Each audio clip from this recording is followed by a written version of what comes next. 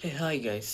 இன்னைக்கு இந்த வீடியோவில் நம்ம எதை பற்றி பார்க்க போகிறோம்னா 8 மார்ச் 1988 நடந்த சாரி கைஸ் 1985 நடந்த ஸ்டோன்மேன் கேஸ் பற்றி தான் இன்னைக்கு வீடியோவில் பார்க்க போகிறோம்.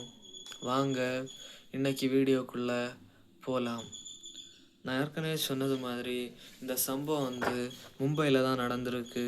மும்பையில் நைட்டு நேரத்தில் பிளாட்பாரத்தில் தூங்கிட்டு இருந்த மக்களை யாருன்னு அடையாளம் தெரியாத ஒருத்தர் கல்லால் அடித்து அவங்கள கொன்னுடுறாரு. அவரோட நோக்கம் என்ன, எதனால கொலை பண்ணுறாரு அப்படின்றது யாருக்குமே தெரியல.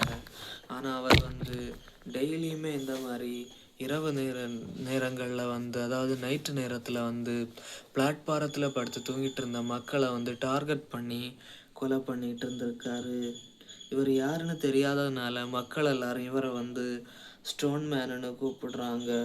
போலீஸ் இந்த கேஸை என்கொயரி பார்க்குறாங்க.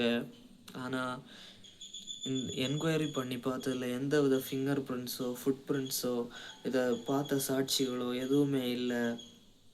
அந்த காலத்தில் அது 1985 காலகட்டம் அப்படின்றதால சிசிடிவி கேமராவுமே இல்லை.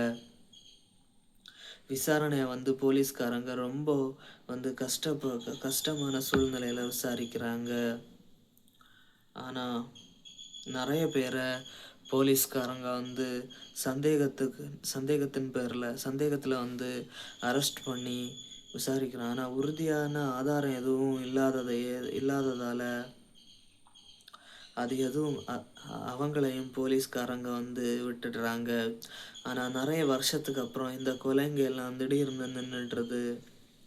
ஆனால் இதில் அந்த மக்களுக்கு புரியாதது என்ன அப்படின்னா, இது யார், இவர் எதுக்காக கொலை பண்ணார் அப்படின்றது தான் மர்மமாகவே இருக்குது. இந்த கேஸும் நம்ம இந்தியாவில் இன்னைக்கு வரைக்கும் ஒரு அன்சால்வ்டு கேஸாகவே தான் இருக்குது.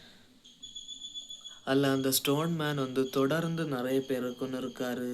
அவர் யார் அப்படின்றதும் தெரியலை. இந்த கேஸும் நான் சொன்னது மாதிரி நம்ம இந்தியாவில் ஒரு அன்சால்வ்டு கேஸாக தான் இருக்குது.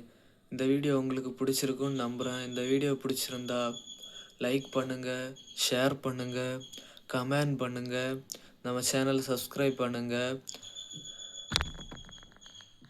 Okay guys.